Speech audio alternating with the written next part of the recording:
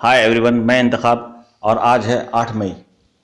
आज एक स्टॉक बारे में डिस्कस करेंगे। हम लोग समझेंगे कि इसके अंदर क्या करना है, क्या नहीं करना है, क्या पोजीशन बनती है, क्या सिचुएशन है।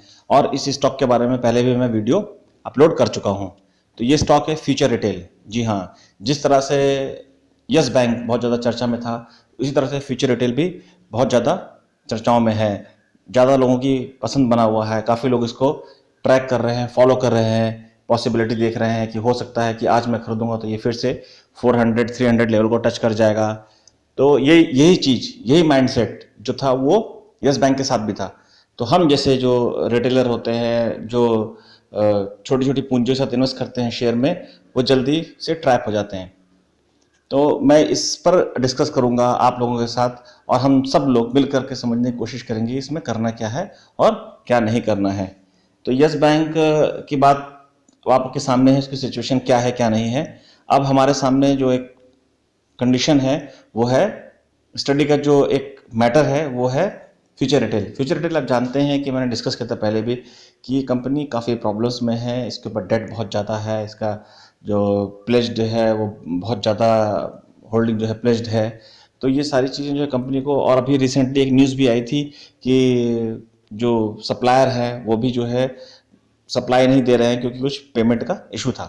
उनका कहना था कि पहले जो पुराना ड्यू है उसको क्लियर करिए, फिर हम नया स्टॉक जो है आपको देंगे। फिर उसके ऊपर से क्या हो गया, ये कोविड का जो क्राइसिस है, लोग बाहर नहीं जा पा रहे हैं, परचेज नहीं कर रहे हैं। तो ये भी एक इशू बना हुआ है कंपनी के साथ कि वहाँ से भी कुछ इनकम जनरेट नहीं हो पा रही है। हालांकि जो किशोर बियानी जी हैं, जो इसके फाउंडर हैं, सीईओ हैं, वो लगातार कोशिश कर रहे हैं कि कंपनी को क्राइसिस से निकाला जाए, ये जो डेट की जो प्रॉब्लम है इससे कंपनी को बाहर किया जाए। पहले भी उन्होंने इस तरह के कुछ स्टेप लिए हैं। अब आते हैं न्यूज़ की तरफ।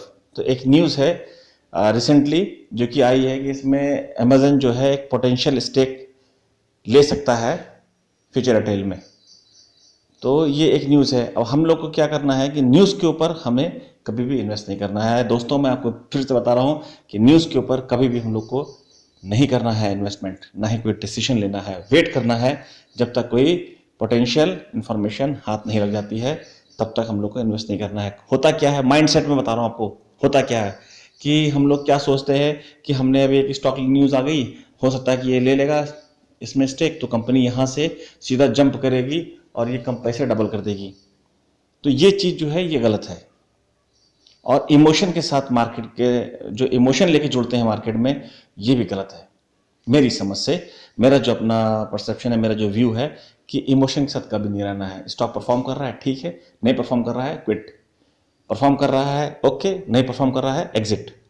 तो ये चीज़ है, अगर आप क्विक डिसीजन लेंगे राइट टाइम पर, राइट प्लेस पर और राइट डिसीजन, तभी मैं हूँ या आप हो वो ग्रो कर पाएंगे।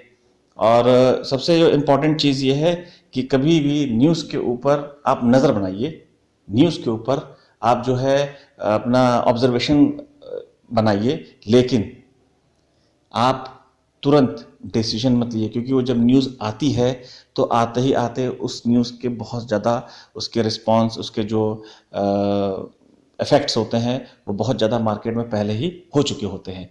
हम जैसे लोग जल्दी से उस न्यूज़ को पिक नहीं करते हैं, वो मार्केट में आते आते बहुत बड़ा फेरबदल हो जाता है। इसलिए तुरंत जो है उस पर हमें कोई भी डिसीजन नहीं लेना है।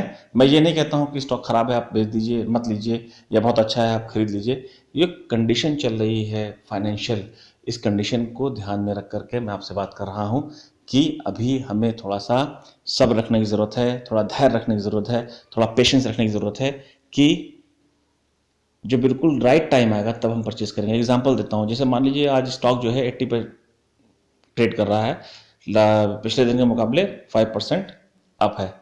लेकिन अब मैं ये सोचूं कि मैं 80 में अभी इन्वेस्ट कर दूं और 120 के बाद वो लड़क के फिर नीचे आ जाए, नहीं। तो मैं इसकी कंडीशन देखूंगा, मैं करूंगा कि ये 120 में इन्वेस्ट करूं और ये 250 तक चला जाए, तो वो एक बेटर पोजीशन होगी और एक बेटर डिसीजन होगा। मार्केट है, कुछ भी हो सकता है, फ्लक्चुएट होती है, प्रेडिक्ट नहीं कर सकते हैं। किसी को मालूम नहीं था कि कोरोना आ जाएगा, लॉकडाउन हो जाएगा। कभी सोचा नहीं था कि लोग स्कूलों में नहीं जाएंगे, बिना एग्ज़ाम दिए पास हो जाएंगे। तो ये सारी चीज़ें होती हैं लाइफ में। तो यही इसी तरह से मार्केट के साथ भी हमको सोच समझ कर चलना होता है। आइए जल्दी से नज़र डाल लेते हैं इसके रिटर्न प्रोफाइल पर।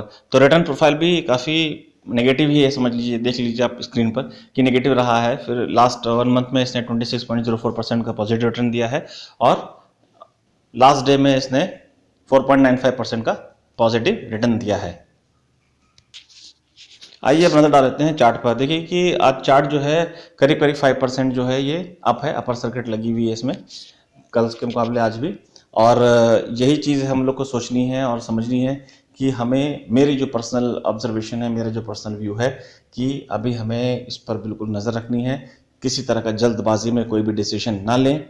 और ख़ास तौर के हम जैसे जो रिटेल इन्वेस्टर होते हैं इनको बहुत समझने की ज़रूरत होती है। इमोशन के साथ, अपनी सोच के साथ, अपने इमोशन के साथ कभी प्ले ना करें, कभी इसमें जो है कोई इन्वेस्टमेंट ना करें कि आज मैं लगाया है, हो सकता है कि ये मार्केट जो है 300 रुपये 400 रुपये बना दे देगी। यस बैंक में भी बिल्कुल ऐसा ही हो रहा था, आपने भी देखा है और इसको बहुत अच्छी तरह समझा है कि स्टॉक आज कहाँ पर है। तो ये है कि अब न्यूज़ आई है, हम चाहते हैं, आप भी चाहते हैं, हम सब चाहते हैं मार्केट ग्रो करे, बढ़े, डेवलप करे, तरक्की हो, मुल्क भी तरक्की करे, हम सब भी उसके साथ विकास करें। लेकिन यहाँ पर क्या है कि एक न्यूज़ है और हम सब उम्मीद करते हैं कि ये न्यूज़ जो है हकीकत में बदल जाए, जो ये डील है वो पूरी हो जाए, कंपनी रिवाइव कर जाए और कंपनी को भी प्रॉफिट हो और साथ साथ हम लोग भी प्रॉफिट हो। लेकिन अभी किसी तरह की जल्दबाजी ना करें, पैसे को पकड़ के रखें। पैसा है तो सब कुछ है, पैसा ख़त्म तो बाज़ार में सब खत्म। सिर्फ दिन भर आदमी चार्ट देख सकता है। और सलाह यही रहेगी कि अपने डिसीजन को बचा कर रखें, अपने पैसे को बचा कर रखें, सही टाइम पर सही डिसीजन लें, नज़र रखें। होप है ये वीडियो पसंद आया होगा। अगर पसंद आया हो तो आप ज़रूर इसको लाइक करें, सब्सक्राइब करें और कमेंट करें।